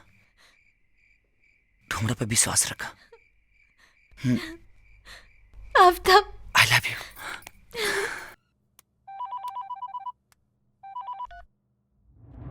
बोला भानु प्रताप। सुना मंत्री वो माधव शुक्ला के रास्ता से हटावे के कार्यक्रम तो ससुर बिल्कुल उल्टा पड़ गई यार। सुने में बता कि पार्टी हाई कमान ओकरा बेटा के टिकट दे रहल बा। हाँ बात तो कुछ वैसने बा। हमू कोशिश में लागल बानी कि एकरा के कौनो न कौनो अड़ंगा लगवा के कैसहू रोकवावल जा सके। हाँ, तू रोका रोका, हम ससुरा के ठोकब आज के आज ठोकब ससुरा के। हम जानता नहीं भानु प्रताप, तू अपना राजनीति से बाज ना आई बा। वैसे हम काल आ रहल बानी तो ई विषय में बातचीत हुई। हाँ ठीक बाबा। हे अरे फोन कैले रहले अब तक जी हुजूर, फोन कैले रहनी आवते हुई। मतलब बबलू शुक्ला के भी चौधरी फुल एंड फाइनल। ससुरा बड़ा निर्दयी चीज होला, राजनीति कसम से निर्दयी चीज होला। और ऊपर से कुर्सी, एक बार जेकरा कर लत लग जाए ना, ससुर मरे के बाद भी ना छूटे। कुर्सी चाहिए तो चाहिए कोनो हालत में बस। हमार जरूरत पड़ गई ना विधायक जी। अरे अब तो बेटा, अब देखा ना बेटा, जहाँ बहुत ज्यादा प्यार होला ना, टकराहट भी हो जे होला, है ना। राजनीति ना काम के बात करी। अरे बेटा बेटा बेटा देखा, लगा था कि तू अभी ले नाराज पड़ा। हाँ काहे नौक पा, हम जाना ताने कि हम गलती कही, हमरा अफसोस पा, बहुत अफसोस पा बेटा। अरे भुला जाना, तू भुला जा। काम का बा पहले वो बताई। अरे क्या नाम होकर बेटा क्या? बबलू शुक्ला। बबलू शुक्ला। देखे बेटा, पार्टी ना बबलू शुक्ला के सहानुभूति में टिकट दे रहा बा। हाँ, लेकिन हम चाहता नहीं कि सहानुभूति पार्टी के साथ रह जाए और टिकट हमरा मिल जाए। हाँ? कहाँ मिली हो? पटना आ जा रहा बा। वापस ना लौटी। सलाम। विधायक जी, ये अफ्ताबुआ तो एकदम रोबोट लिखा काम कर रहा था। करी काहे न रे? हाँ? अरे करी ने तो ससुरी मुठम राते में ठोक दे।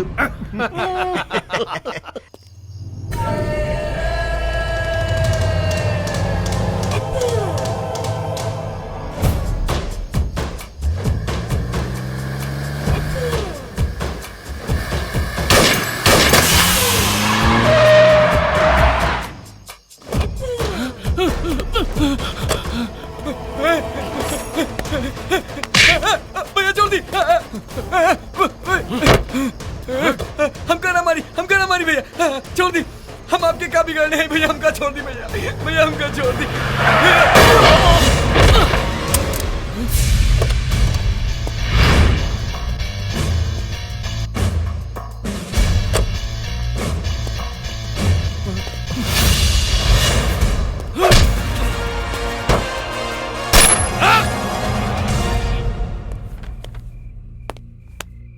सर आपने मुझे याद किया?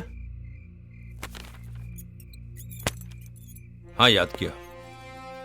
कल क्या हुआ? अबू कौन है पता चला? सर मैं घटनास्थल पर अबू के चेहरे से नकाब उतार चुका था कि अचानक उसने मेरी आंखों में धूल झोंक दिया और मैं उसे देख नहीं पाया। अच्छा, तुम्हारी आंखों में धूल झोंक के चला गया या तुम मेरी आंखों में धूल झोंक रहे हो? सर मैं कुछ समझा नहीं, आप क्या कहना चाह रहे हैं? मैं साफ शब्दों में कहना चाहता हूं विजय, जब मैंने उसकी शक्ल देख ली तो तुम कैसे नहीं देख पाए? सर आप वहां कैसे? तो जानना चाहोगे कि अब्बू कौन है? क्यों नहीं जानना चाहूंगा सर, बताइए मुझे वो कौन है। अब्बू कोई और नहीं, तुम्हारा भाई आफताब है। आफताब ही अब्बू है।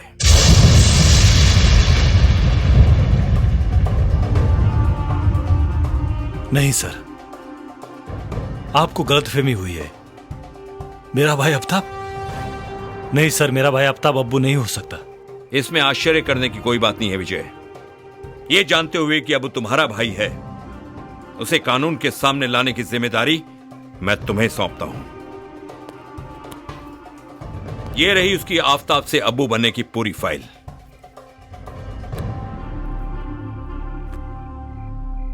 सर मैं सपने में भी नहीं सोच सकता था उस नकाब के पीछे का चेहरा मेरा अपना भाई आफताब का होगा। लेकिन सर मैं आपसे वादा करता हूं, एक जिम्मेदार पुलिस अफसर होने के नाते कानून और वर्दी की हिफाजत के लिए अगर मुझे मेरे भाई के सीने पर गोली भी चलानी पड़ी तब भी मैं पीछे नहीं हटूंगा। गुड।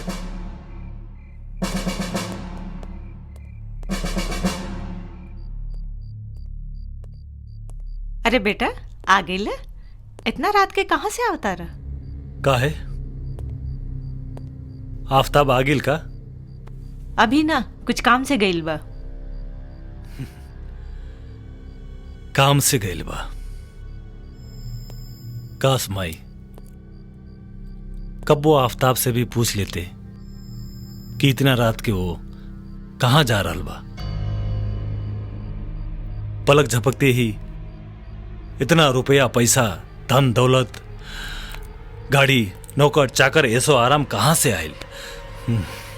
का बक रहल बाड़ा? आखिर तू कहे का चाहता रहा? माई जौन हम कहे के चाहता नहीं तू सुनना पैबू। बोल के तो देखा, माई के कलेजा इतना कमजोर नहीं खे। तो सुना, अब्बू की हो और ना,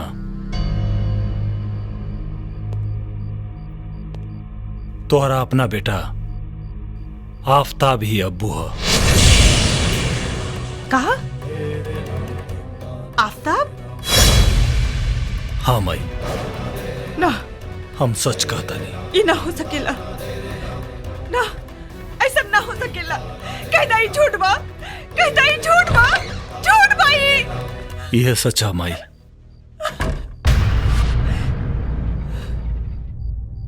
का झूठ बा माई? का बात बा? मत बोल हमरा के माई। आज से तोर माई मर गई। आज समझ में आ गई कि अपना और पराया में का अंतर होला। माई ई का कहतरू माई? का कहतरू? का ई सच नहीं खे कि तू ही अब्बू हवे? ई तो से के कहला? के कहला तो से? विजय, अरे माई ई तो हमरा तरक्की से जरता। का हम तोरा तरक्की से जलता नहीं? अपनी पाप के कमाई के तरक्की करता रे? अरे तू माई के बेवकूफ बना सकेले, लेकिन एगो ईमानदार पुलिस अफसर के ना। अगर ये बात झूठ बा तो माई के सर पे हाथ रख के क्रिया खो और बोल कि तू अब्बू ना होवे। हाँ क्रिया का बात क्रिया ई का करतरू माई?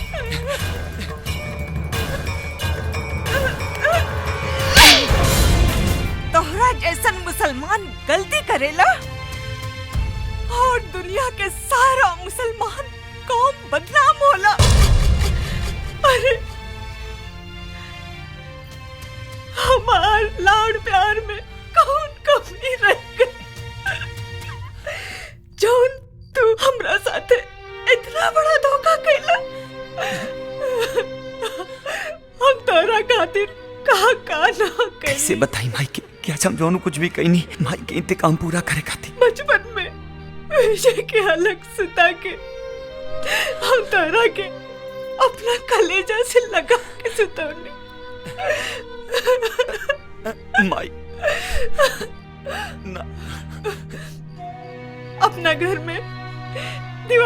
मनौली तो ओकरा साथे ईद, एक तरफ होली मनौली तो एक तरफ रमजान,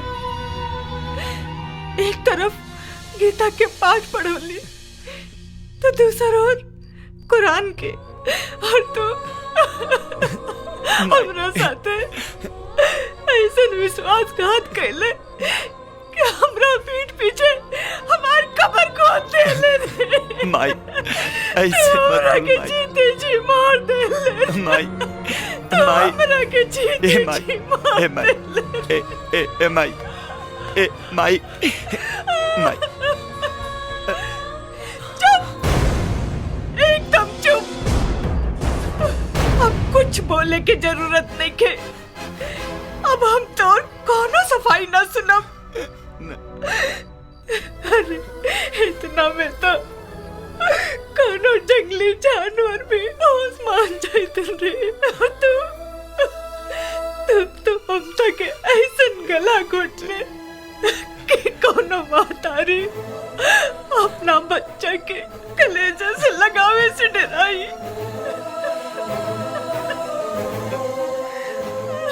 ए माई ए माई विजय ले चल हमरा के यहाँ से, नहीं तो एक पाप से बनल छत के नीचे हमार दम घुट जाई। चल ले चल ए ले माई चल हमरा के। ए माई ऐसे मत कर। अरे तोरा लिंग के सिवा हमर के बारे ए माई ऐसे मत कर माई, ऐसे मत कर हे माई ए माई माई ए माई माई ए विजय ए समझाओ ना माई के। ए विजय विजय आफ्ताब पैर छोड़ हमार। ए विजय आफ्ताब पैर छोड़। समझाओ ना माई के ते अंकल तेरी पैर छोड़। माई अरे जालो सब लोग, सब जाओ यहाँ से। हमके केहू ना चाहिए। अरे आज तू लोग अपना और पराया में फर्क डाल देला। हमके केहू ना चाहिए, ना चाहिए।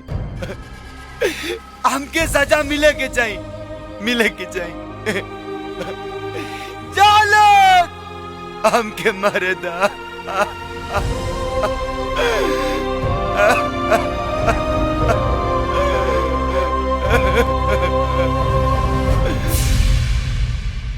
क्यों मुझे रुसवाई दी, क्यों किया मुझको जुदा, क्या मेरे इस बंदगी में थी कमी मेरे खुदा।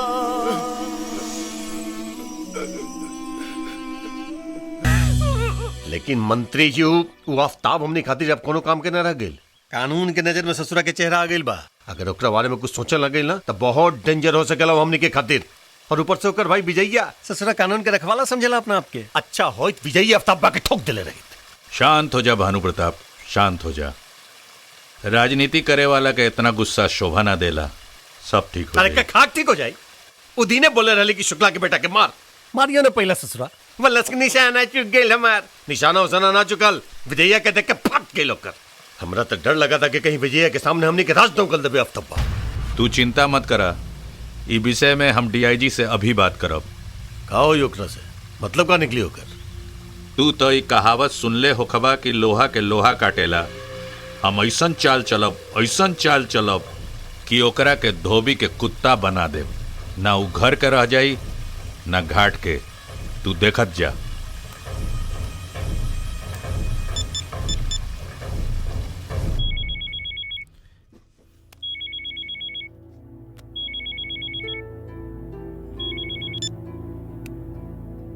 हेलो हेलो डीआईजी साहब। हाँ मंत्री जी। सुना है कि अब्बू के चेहरे के पीछे आफ्ताब निकला। एक्सक्यूज मी मंत्री जी, 1 मिनट प्लीज।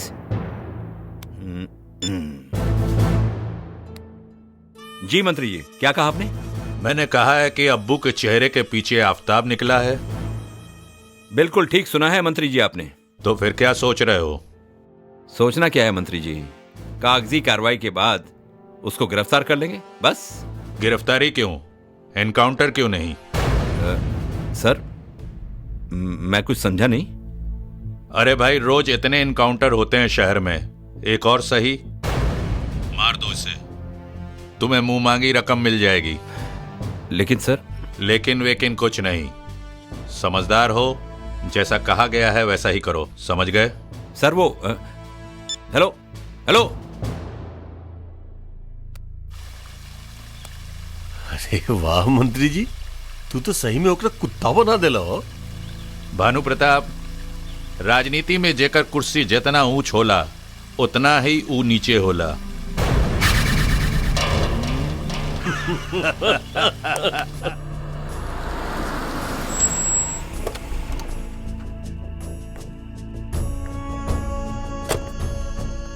आओ आफ्ताब, तुमसे एक बहुत जरूरी बात करनी है। बोली सर, का बात बा? तुम्हें यह जानकर दुख होगा आफ्ताब कि जिन लोगों के लिए तुम अपनी जान की बाजी लगाकर दूसरों की जान लेने की कोशिश करते हो वही तुम्हारी जान के दुश्मन हैं, और उन्होंने तुम्हें मारने की सुपारी दी है मुझे।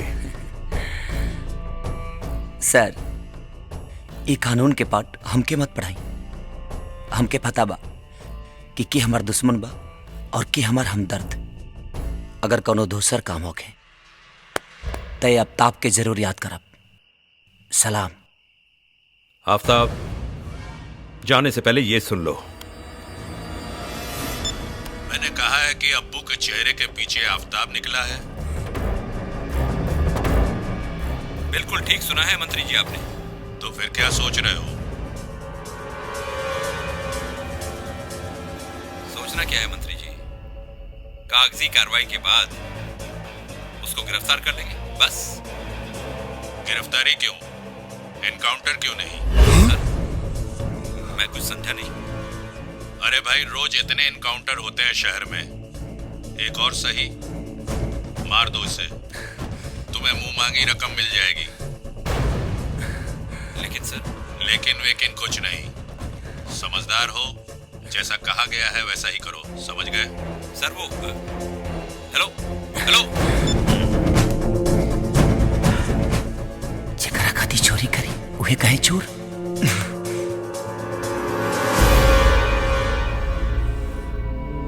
मेरी सलाह मानो, अपने आप को कानून के हवाले कर दो, सरकारी गवाह बन जाओ। मैं तुम्हारे साथ हूं।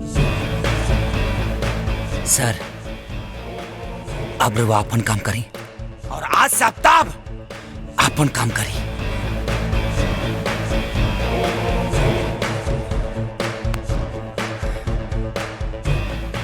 सलाम।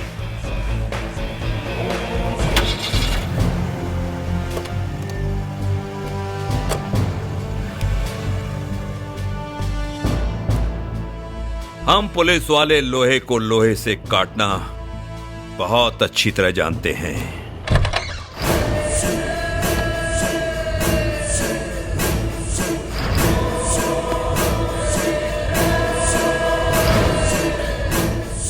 अरे कुत्ता के औलाद, बिहार से घसीटब और दिल्ली तक लेके जाइब। आफ्ताब, और तोरा नेतागिरी के भूत ऐसा उतारब कि तोरा वाला 7 पुस्त भी राजनीति के नाम से घिनाई। हमारा इनकाउंटर के प्लान बनाओ तारे। तोरा पिछवाड़ा में इतना बारूद भर दे, इतना बारूद कि धमाका यहाँ होई और सरकार दिल्ली तक हिल जाए। होश में बाड़े तू, का बकराल बाड़े?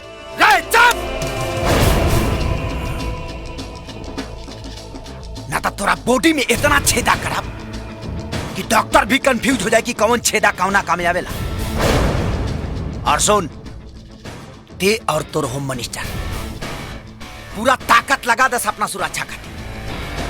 कैसे कि तहनी के पीछे अब तहनी के मौत के साया बन के मड़राइब और तहनी के खोदल कब्र में तोहनी के दफनाइब।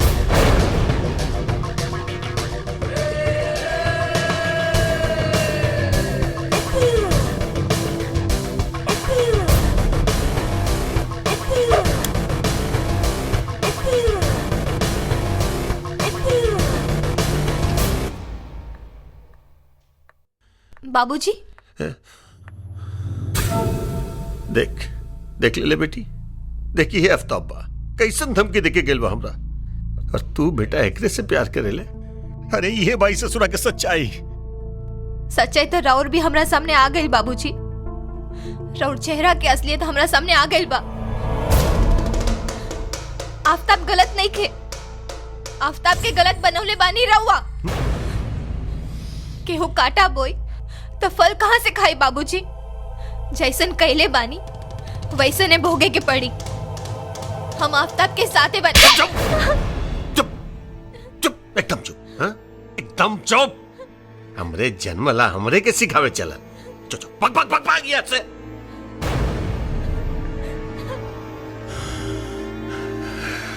ससुरा सही कह जाला रे, वक्त बुरा इला पे साया भी साथ छोड़ दे बेला। इंस्पेक्टर विजय। यस सर। यस सर। एक गुप्त सूचना के आधार पर हमें यह खबर मिली है कि चुनावी सभा को संबोधित करते समय आफ्ताब होम मिनिस्टर और विधायक भानु प्रताप दोनों को मारने वाला है। सुरक्षा के चारों तरफ कड़े इंतजाम करवा दो और हो सके तो आफ्ताब को रंगे हाथों गिरफ्तार करो। यस सर, मैं आपको विश्वास दिलाता हूं कि मैं आफ्ताब को किसी भी कीमत पर गिरफ्तार कर लूंगा। फर्ज और कानून के हिफाजत के लिए अगर मुझे उस पर गोली भी चलानी पड़ी तो मेरे हाथ नहीं कांपेंगे sir. I am proud of you inspector Vijay. Best of luck. Thank you सर।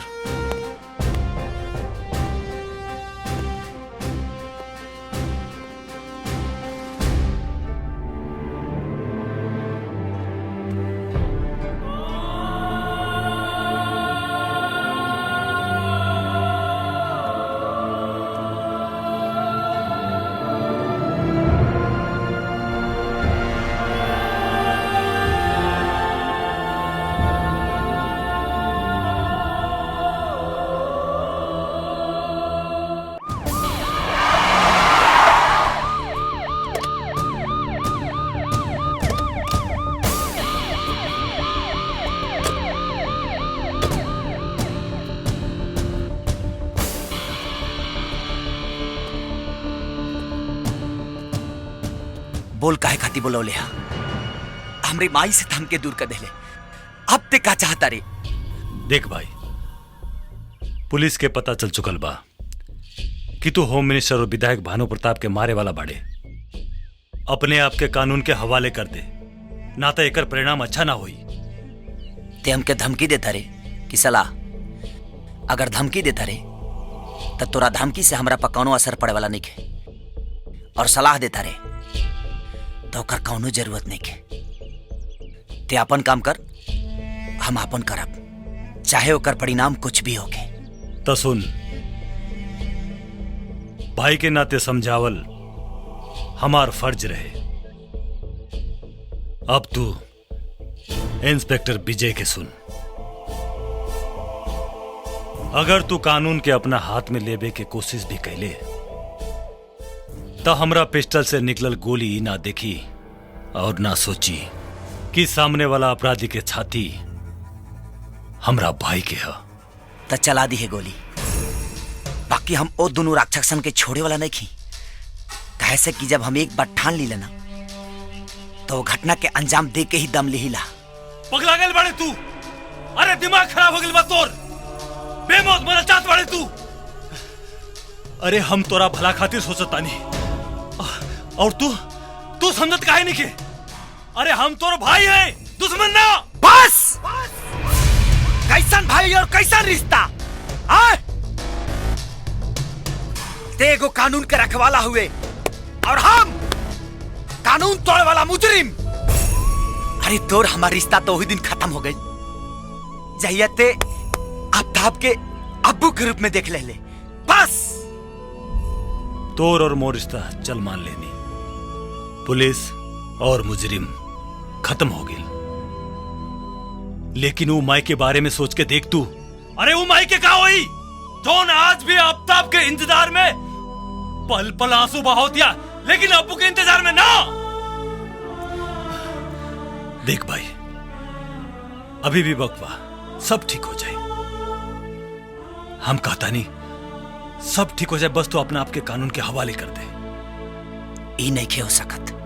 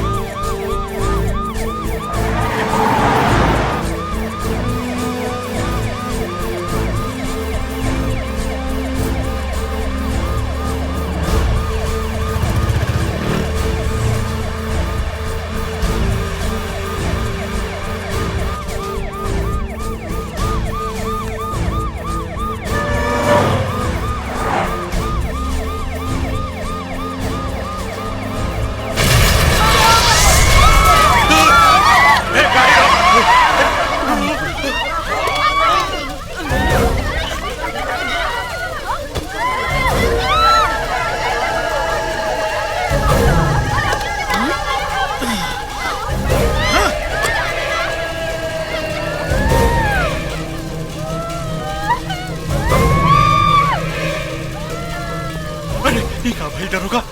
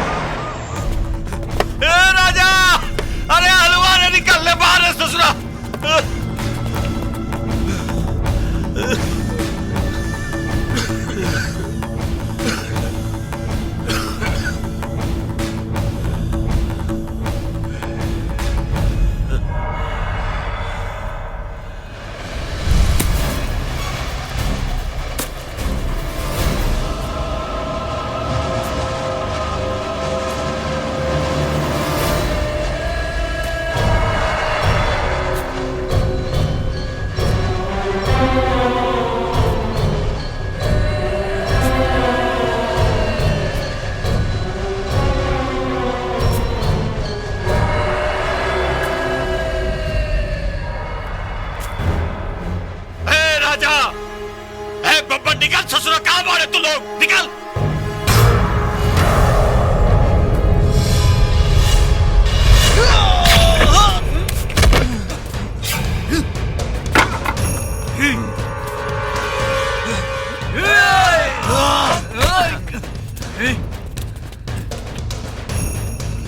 मान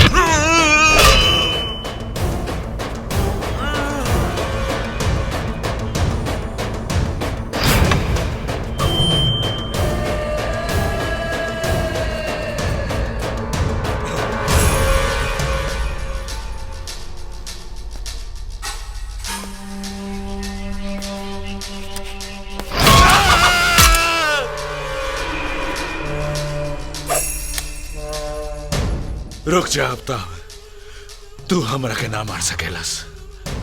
तू शायद नहीं खस जानत कि तोरा माई के नंगा वीडियो आजो हमनी भिरी बा। एने तू हमरा के मरबे और काल पूरा बाजार में उस सीडी फैल जाई, याद रखिए। आफ्ताब भाई, ई सीडी मिल गई, ठोक दो। ना आफ्ताब ना।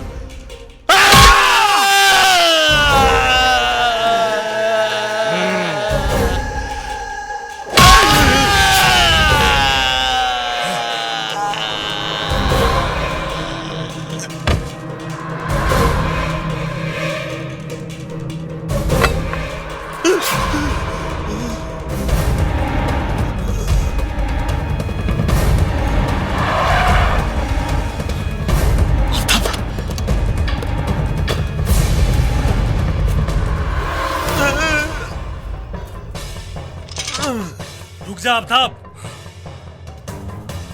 कानून के अपना हाथ में मत ले। ना विजय ना, हम करा के छोड़ दी जवन हमके हमरा माई और भाई से अलग कर देहलस। देख आफ्ताब, इस सब का फैसला कानून करी। नहीं, एकर फैसला ये आफ्ताब करी। तू के होवे एकर फैसला करे वाला? हम कहता नहीं, छोड़ दे एकरा के। अरे वजह के कैसे छोड़ दी जोन आफ्ताब से अपू बनावलस? हम एकरा के छोड़ दी। आफ्ताब, हम कहता नहीं, बंदूक नीचे कर। विजय, ते हमके गोली मरबे मार दे भाई, कहे से कि अब आफ्ताब के मौत से दोस्ती हो गई बा यार। अगर एकरा के छोड़ देनी ना तो भाई के का जवाब दे, वल्लाह के का जवाब दे। विधान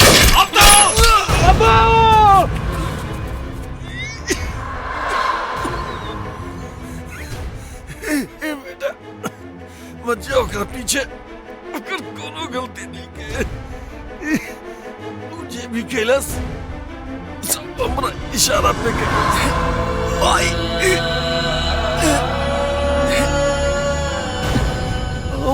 ओकर तारा माई के अश्लील वीडियो दिखा के मजबूर कैले रहनी बेटा, जकरा चलते हमरा हाथ के कठपुतली बन गए रहे। बोले वो गोली चलावत रहे लेकिन ओकरा में बारूद हम भरत रहनी बेटा।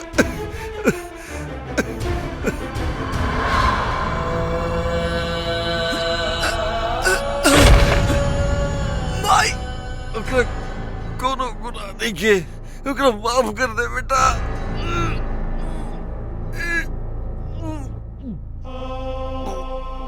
माई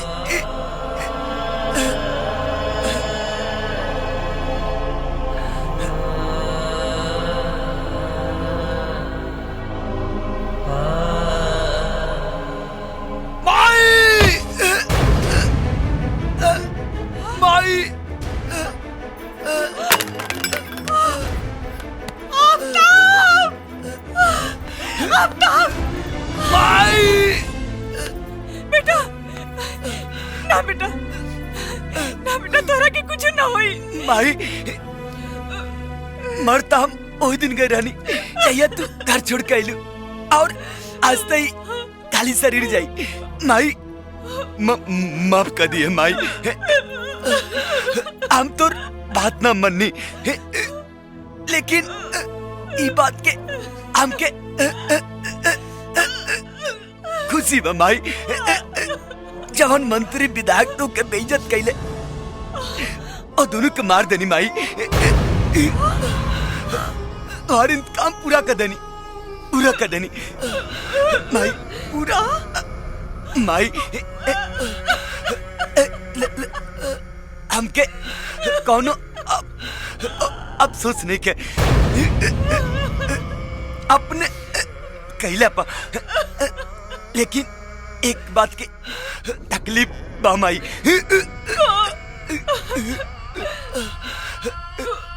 पूरा ममता के आंचल भी ना बेटा, अपने आफ्ताब के ना जान पौलस। लेकिन माई एक बात कही, अगर माई के ममता में मजहब आ गई तो ममता के कोनो महत्व ना होला। ऐसे तो इस्लाम धर्म में लोग मरते ही जन्नत मांग लेला, लेकिन हम अल्लाह से दुआ करब, या अल्लाह अगला जन्म अगर मिले तो तोरा आंचल के साथ साथ तोरा कोख से भी पैदा हुई। तोरा बेटा बेटा तोरा के कुछ ना होई, तोरा के कुछ ना होई। विजय भाई विजय विजय तो के कुछ ना होई। भाई आज हमरा तोरा पर फख्र बा। जो ईमान के सच्चा होला वही सच्चा मुसलमान होला। आज तोरा जैसन मुसलमान पर सारा दुनिया कुर्बान बा भाई। अरे जौन काम हमरा के करे के रहे वो तू कर दिले भाई। भाई अगर आज आफ्ताब के कुछ हो जाए तो हम अपना आप के सारा जिंदगी माफ ना कर पाए। विजय ये का हो गए हमरा हाथ। अरे बेटा आफ्ताब जा बेटा, नहीं तोरा के कुछ ना हो।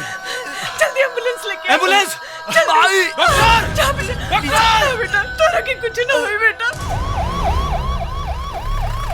अदालत इंस्पेक्टर विजय के सामने विधायक भानु प्रताप के मरते समय दिए गए इकबाल बयान को सुनने और उसके वीडियो देखने के बाद इस नतीजे पर पहुंची है कि अब्बू उर्फ आफ्ताब को विधायक भानु प्रताप ने उसकी मां का अश्लील वीडियो दिखाकर उसे गुनाह करने पर मजबूर किया।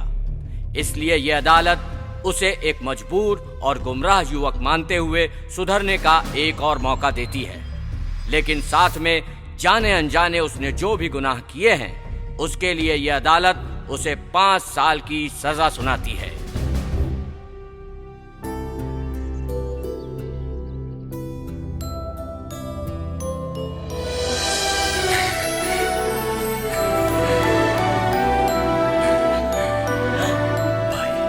सलाम भाई।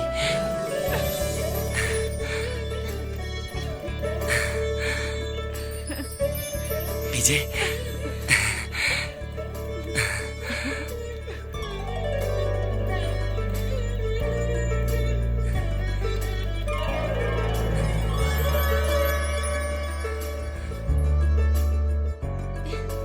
अरे यार अब तू लोग जाला हमारे के हनीमून के तैयारी करे दलो।